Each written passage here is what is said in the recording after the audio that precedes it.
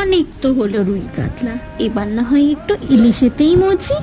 তো বন্ধুরা, আজকের এই অভিজাত রেসিপিটা তৈরি করার জন্য আমি প্রথমেই সর্ষের একটা পেস্ট তৈরি করে নেব। এতে সর্ষে, লবণ আর 3-4টে কাঁচা লঙ্কা দিয়ে দেবো। লবণটা দেবো যাতে সর্ষেটা তেতো না হয়ে যায়। এরপরে রেডিমেড সর্ষে পোস্ত আমি অল্প একটু জলে ভিজিয়ে রেখে দেবো। তারপর আমি একটি টিফিন বক্সে ভালো করে তেল মাখিয়ে নেব এবং তাতে আমাদের যে 2 রকমের সর্ষের পেস্ট ছিল সেটা দিয়ে দেব আর ইলিশ মাছটায় গায়ে ভালো করে মাখিয়ে নেব।